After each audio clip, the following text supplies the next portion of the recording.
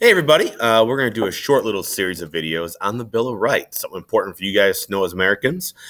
So when you go off and leave here, you are knowledgeable about what your rights are. When you think about rights, ladies and gentlemen, the question is, what are they? And they're not lefts, they're not wrongs. It's the first 10 amendments of the Constitution that were put together when they were debating the Constitution because some people were afraid that the government might take too many liberties with the people. And so some people who were very leery of a very strong central government wanted these rights printed down, written down, so that the government wouldn't take them over. So things like press to print news and speech to say what you think, religion to practice what you want, to assemble, bear arms, all those kind of things got brought in here. And also things like due process, make sure the government doesn't take advantage of the people. You think about it here, these rights basically exist for you. Basically saying, here are the things the government can't take away from you. Okay. It's our first 10 amendments, obviously, 1 through 10. We're going to go through these as best we can. Start with the first one. And we'll do the first one here in this video. Our first amendment, and you can see the text of it there on your sheet they gave you in class. You see the text of it as well. There's a lot of stuff here, right? It talks about religion, for exercise thereof, abridging freedom of speech, press, or the rights of the people to peacefully assemble and to petition a government for a redress of grievances. So let's take a look at what these things all mean. There's a lot of stuff to this, believe it or not. A lot of Supreme Court cases end up being about the First Amendment and what people can and cannot say.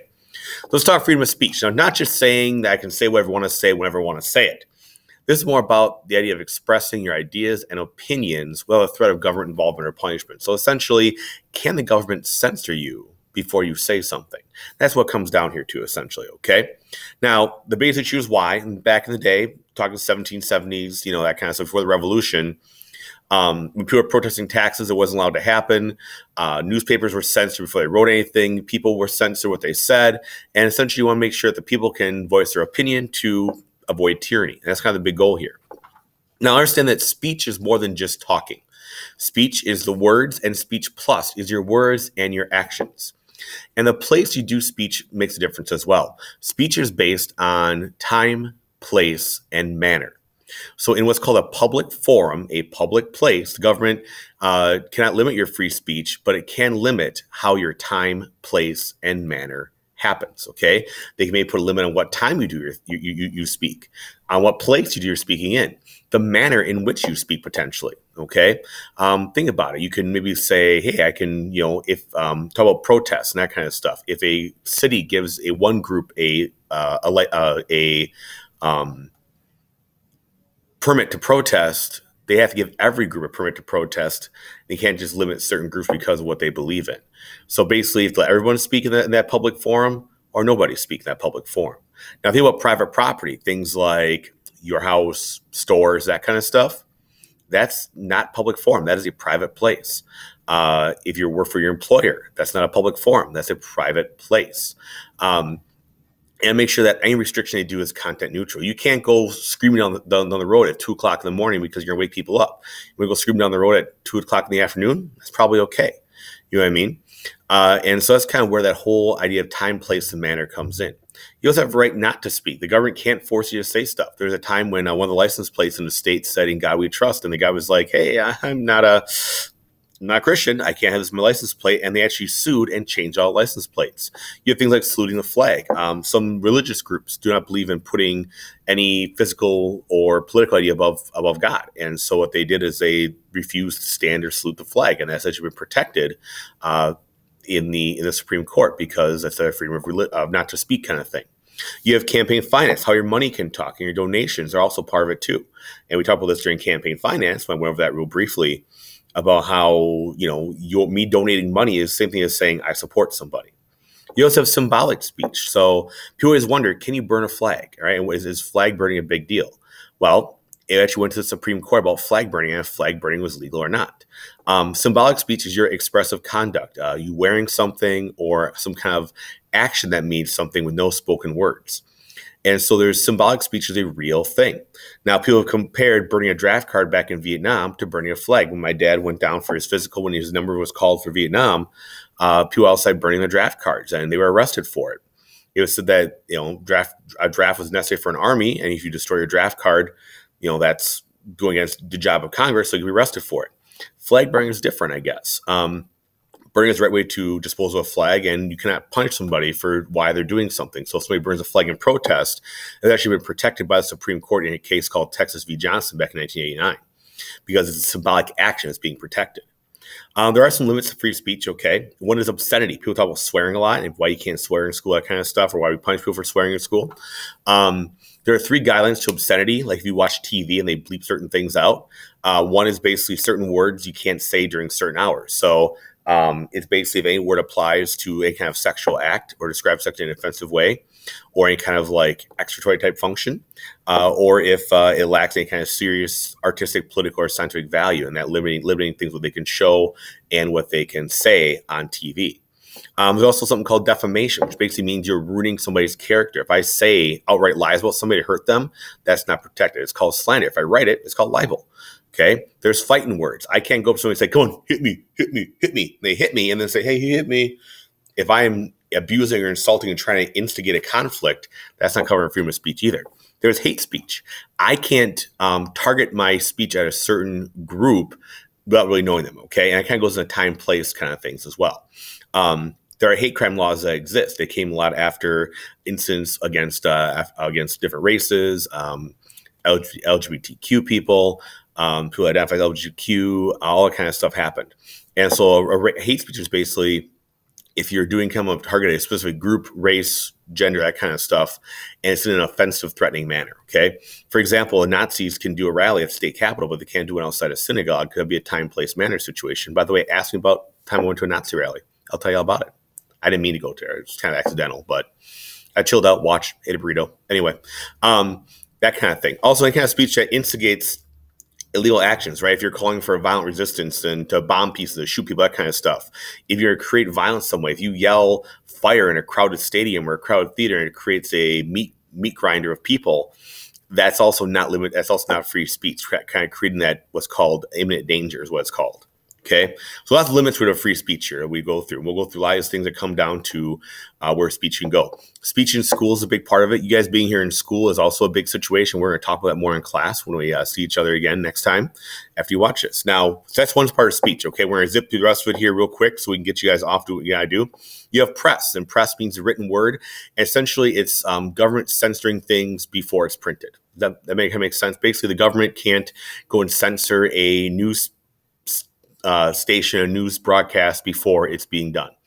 And so that's kind of where it comes that way about free expression of the press. Back then, England had to have books listed. There were banned books, all that kind of stuff. There are some of the things that are being censored here today, but it's basically not censored before it's published.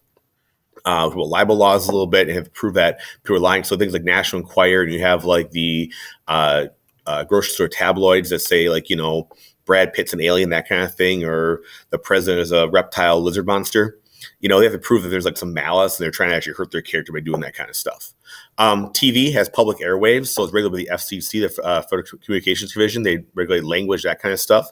I have a FCC violation on my record because I said the wrong word on my radio show in college.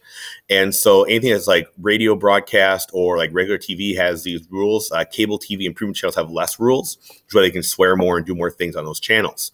There's religion. So there's 2 big parts of freedom of religion we have to look at. One is the Establishment Clause. Make sure you guys know this, okay? It's really important. Hint, hint, nudge, nudge, wink, wink, okay? That there's no law respecting the establishment of religion. Basically, the government will never have an official religion. That's kind of how this whole thing works. We can have multiple religions, and there's no like official religion for the country. So a lot of people debate about the Pledge of Allegiance when the phrase "one nation under God." There are religions that don't have God. And so that's why it comes in that way, okay? You also have what's called the Free Exercise Clause, that you cannot limit how people practice their religion. You cannot outlaw certain practices unless they're legal, okay? You can't be like, my religion says I can smoke weed and kill people. You can't do that. That doesn't work, okay? But there are some practices that are allowed because of religion. So, for example, in some Native American communities, the use of peyote, which is a hallucinogenic drug, is allowed for religious ceremonies, that kind of stuff. The Mormon group religion had polygamy for a while, and then so that can't do that kind of stuff. Okay, some groups refuse to salute the flag, which some have led to some issues like that kind of stuff. Essentially, you can't outlaw any practices, and people have questioned practices sometimes what religions can be. A great example is the is the Pastafarian case. Somebody was a Pastafarian, the Church of the Flying Spaghetti Monster, and they wanted to wear a colander on their head for their driver's license photo. And the state said, no, you can't do that. They sued, saying it's part of my exercise, my religion, and they won, and they can wear a colander on their head in their driver's license photo. That is the example of the free exercise clause. There's also separation of church and state. So basically that the two groups stay out of each other's business. Churches are non-taxable or tax exempt. So if you are at a church, they don't pay taxes because they're a church. Okay, there's no regulations on religions and that kind of stuff in our government. The Pledge of Allegiance is a big debate part about this. It's been upheld many, many times in the Supreme Court. Last time it was debated was 2009. That phrase, under God, is what people debate about a lot of times in terms of if they should remove it or not. Also the phrase, in God we trust our money, same thing. For schools, public school especially, school prayer used to be a thing, and it's now not allowed because of that whole issue of establishment clause. You can't be like, hey, we're forcing you guys to pray to a certain religion. So any kind of prayer in public school must be student-led and silent, and a school's not allowed to sponsor it, okay? You do have school vouchers where the government is okay to pay to a private school, but they can't endorse it official kind of thing. We talk about teaching religions in school. We have classes about religion. We can't teach a religion. And that's where you have things like the Scopes Monkey Trial, if you remember from U.S. history, where they debate the teaching of evolution versus creationism in public schools. And basically, if a school lets one group meet, they must all meet and make sure that, if things are just kind of equal for everybody that way. When it comes to the law, it said you can't say it's my religion. And as we talk about a little bit about drugs and polygamy and that kind of stuff, that's not allowed that way. You also have the right to petition the government. So for petitioning the government, you can voice your opinion to the government and do it in a certain way. You can write to Congress, email them, you can call them, you write a petition, sign it, you can protest with a legal permit, that kind of stuff. There are certain ways to go about it. You just can't go and have a riot for funsies. There's this idea about peaceably assembling, about getting together, not blocking streets, not burning stuff down. So we've seen the protests happen the past couple months here, typically limited by time, place, manner. I've seen legal protests, I've seen illegal protests. And the question is, do you have that right to assemble? And as long as people are peaceably assembling, usually the government will say, cool, okay. But when things start going bad, then it gets that issue about, how protesting goes to a non-peaceably assembled type situation. There's also something called the heckler's veto, where it protects protesters from violence. It's happened in Charlottesville, where the guy ran over a protester with his car. And so there are people who are protesting are also protected from violence. So if people talk about, they're blocking, I'm going to drive through them with my car, that you're not protected by that, okay? And so there's this whole idea of making sure that police protect protesters, they protect bystanders, they protect everybody when the whole thing goes down. And so there's something called heckler's veto that basically protects those protesters from violence on both sides of it. We're going to stop there, guys. Hopefully you got a lot of stuff here. We're going to look at some case studies in class and some real cases to see how they were decided. Thank you for your attention and your knowledge. And hopefully you found it kind of interesting as we talked about the First Amendment. Thank you for your time, and I appreciate your attention.